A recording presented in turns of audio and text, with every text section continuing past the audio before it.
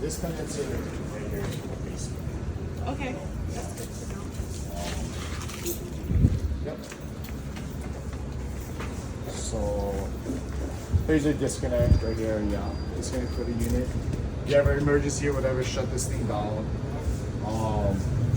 There's also valves in here too. So say if you want to isolate the condenser as well, whoever, you can isolate from down here too. Yeah. But all your electrical, where they hook up their computers or whether the contractor will be coming to hook up the computer, everything ties into here too. Yeah. And yeah, microchannel coils. Yeah. Easy to clean. If you want to clean these condensers, you shut down the disconnect and then just go with your water hose, shoot it down. After you shoot it down, let it sit for maybe like 10-15 minutes, and then you can turn it back on. You just don't want to turn it back on when it's still wet. You might short something out. Okay. Yeah. But I mean, it's really easy to do. You don't have to save everything downstairs. You didn't touch nothing, the thermostats. If you turn it off, wash condenser, do anything, turn it back on, all the indoors will come back on 100%. How often should we do that? You know, since it's kind of dusty over here, I would probably do it maybe like quarterly. Quarterly? Yeah. Normally, I would tell, normally if it's like on the roof or whatever, but since over down here, it's kind of like dusty and stuff, maybe like quarterly. Yeah. Okay. Yeah. So that's basically it. What about a coil cleaner like evaporating?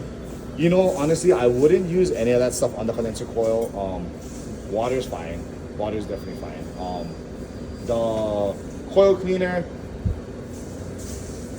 sometimes, because these things are coated, sometimes they might take off the coating and stuff. Yeah. I would just kind of stay away from that. Water is more than enough for these condenser coils. Okay. Yeah? Okay? We'll go to the first floor.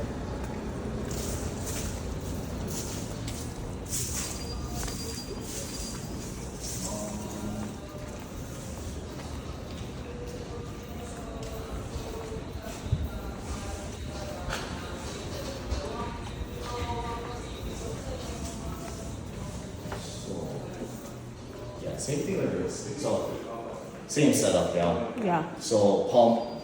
Not all of them have their pumps, but yeah, pump, thermostats. See, this one doesn't have a service switch over here, yeah. So, some of them do. They have some. I think this one has a service switch in here. Yeah. So this one has a service switch right there. Okay. There's a service switch right there. So if you don't see that service switch by the unit, you probably just have to shut it off at the breaker. Just so the indoor power, yeah. Like see if you guys want to do something, the breaker, just on the circuit breaker panel for the FCU, turn it off. Yeah. Yeah, this is kind of high. I know these are super high. Yeah. I know. I was like, oh man, this thing is super big. Cold air goes down, yeah? Yeah. So that's very, very similar, very typical with all these units. I just wanted to show you like how high it was and stuff. Not easy to clean. Yeah. Filter. Yeah. Yeah, it's a big shock. So you know with the covers too, and when you're taking off the front cover for the AC unit, there's 4 clips on the top and the back. Normally with the Mitsubishis before, you could kind of just push it down and pull it out. This one you have to kind of go like a small. I have my pocket screwdriver. You go a small pocket screwdriver and you just unhook the back. Yeah. So it's pretty. Once you get the hang of it, it's fairly simple. But that's if you guys need to take it apart. Yeah.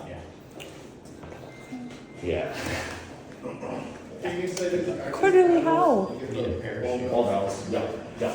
So inside the access panel, there's ball valves too inside too. Oh, okay. So there, I know there's ball valves all over. So it's. Some might not be exactly where the unit is, but they're like they're close by They're somewhere? close by, yes. Okay. Yes. We made them to where you get 2 units per one access panel Okay. on the second floors. Maybe even down here too. Okay. Okay, we can go. Show them Do the. those windows open? Yeah. How? Here you go. Oh my goodness. It's like school again, yeah? Elementary school. You remember that, yeah? Elementary school.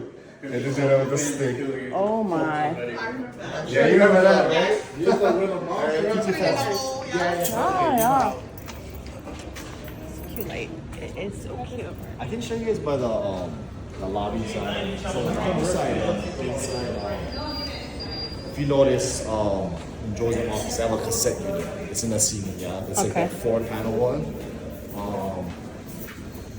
This is a little bit different, but very simple to service. Is this one gonna be quarterly also? Yeah. Yes. So like this unit here, yeah. So we have like 4 units in here. Even in the fitness room, there's units like this too. So Yeah. basically, all you have to do is there's 2 clips right there. You just push them this way, and the filter slides right out. Okay. Yeah, and in order to get to, there's a drain pump. There's a sump pump in here too as well too. So on one of these corners, you take off the corner, you're gonna have a cap, and in that cap, there's gonna be a little plug. You pull the plug out, you can get to the drain pump, clean the impeller, drain all the water out or whatever. Yeah. Sometimes these, especially like these units, the pump gets like slime, some algae buildup on top of the impeller. So if the impeller gets plugged, it won't pump out. But we have floats in here where that if the machine senses water is too high, it'll shut down the whole machine. Okay. So it'll trigger an alarm. So a typical alarm for you guys, like for like say like a water flow switch would be like a 2502. That's like an error code you're gonna see. So if you see 2502, that means that either the pump failed or the float's high because the water is not pumping out. Yeah. Okay. Very simple. These ones are really simple to service. Not too bad. A lot easier than some of them. Yeah. Okay. Yeah? It looks kind of high to service. but- Yeah. I'll show you guys. We can go. Oh, I think you can also. So each floor, there's outside air pre-coolers. The first floor has 1 outside air pre-cooler. The second floor has 2 outside air pre-coolers, and the third floor has 1 outside air pre-cooler. They're all the same, but they're in the same. Okay. Yeah. In order to get to these,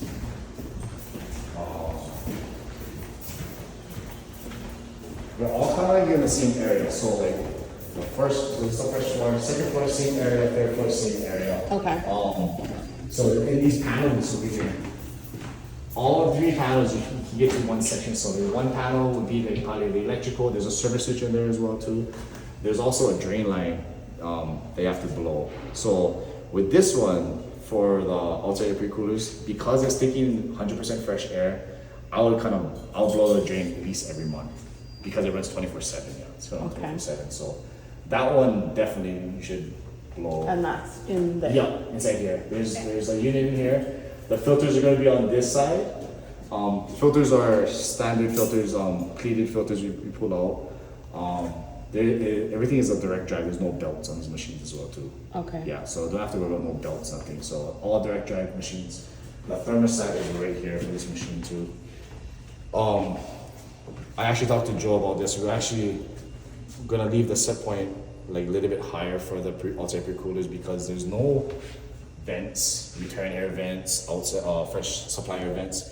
But these machines aren't meant to cool the space because this machine will feed all in each space.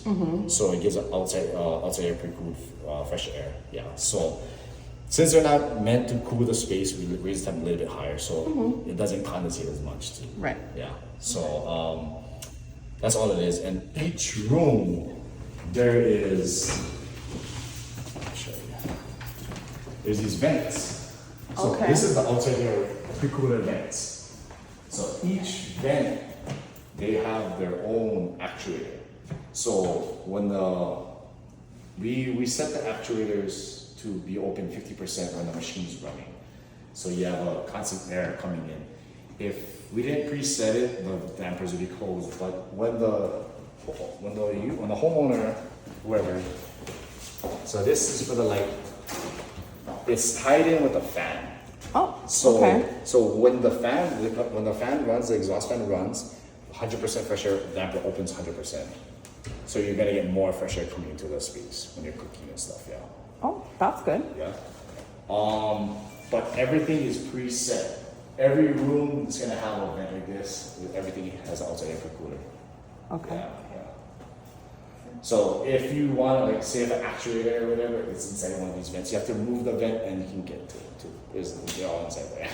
Okay. Yeah.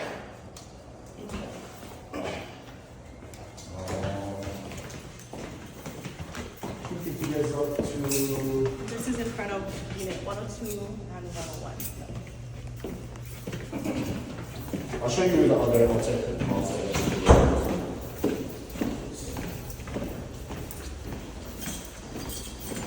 I was telling my boss, he's like, oh, isn't there you the training on Friday? I'm like, what? Am I speaking in front of like 200 people? I'm so scared.